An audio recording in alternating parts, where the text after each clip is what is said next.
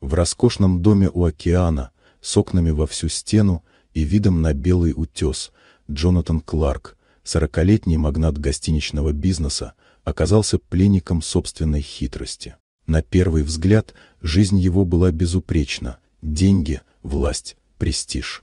Но за всем этим скрывалась тревога о том, любит ли его невеста Кристина по-настоящему или лишь его состояние. Чтобы узнать правду, Джонатан пошел на отчаянный шаг, инсценировал автомобильную аварию и притворился парализованным. Поначалу все шло так, как он ожидал. Кристина держала себя в руках, с нежностью поправляла плед, приносила ему чай, улыбалась перед слугами. Но подлинная забота редко выдерживает проверку временем. Уже через неделю ее усталость и раздражение начали проступать сквозь маску. Она тяжело вздыхала, проходя мимо кресла, отказывалась от долгих разговоров с ним и все чаще проводила часы в телефоне или за ноутбуком, жалуясь подругам, что оказалось в золотой клетке. Переломным моментом стало появление в доме сиделки. Эмма пришла не как наемный персонал, а словно как тихая гостья, которая умеет быть рядом, не нарушая чужого пространства. Она приносила в комнату запах свежей выпечки и утреннего кофе, рассказывала истории из своей прежней работы, читала Джонатану книги вслух. Главное, она никогда не смотрела на него как на обузу. В ее глазах он был человеком с прошлым, с характером, с силой, которую обстоятельства лишь на время скрыли.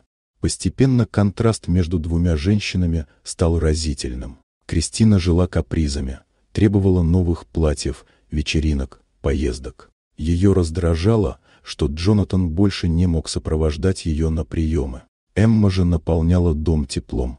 Она разговаривала с ним о его детстве, слушала его планы, иногда даже спорила, заставляя его смеяться после долгих недель угрюмого молчания.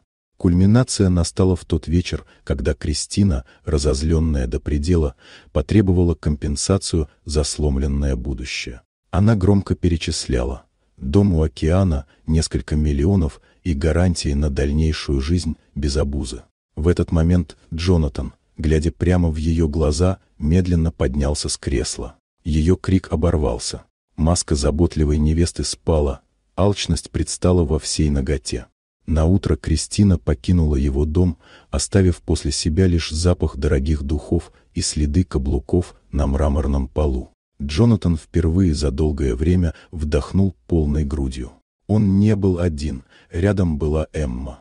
Но их история не превратилась в мгновенную романтическую сказку. Джонатан, наученный горьким опытом, не искал утешения в новой привязанности. Вместо этого он предложил Эмме нечто большее – поддержку ее мечты. Она давно хотела создать агентство помощи для пожилых и больных, где люди чувствовали бы не жалость, а уважение. Он вложил в ее проект деньги и опыт, а она – душу и честность. Их союз начался с партнерства. Они работали вместе, спорили, преодолевали трудности, смеялись над ошибками и радовались успехам. Со временем между ними выросло доверие, крепче, чем страсть, устойчивее, чем каприз.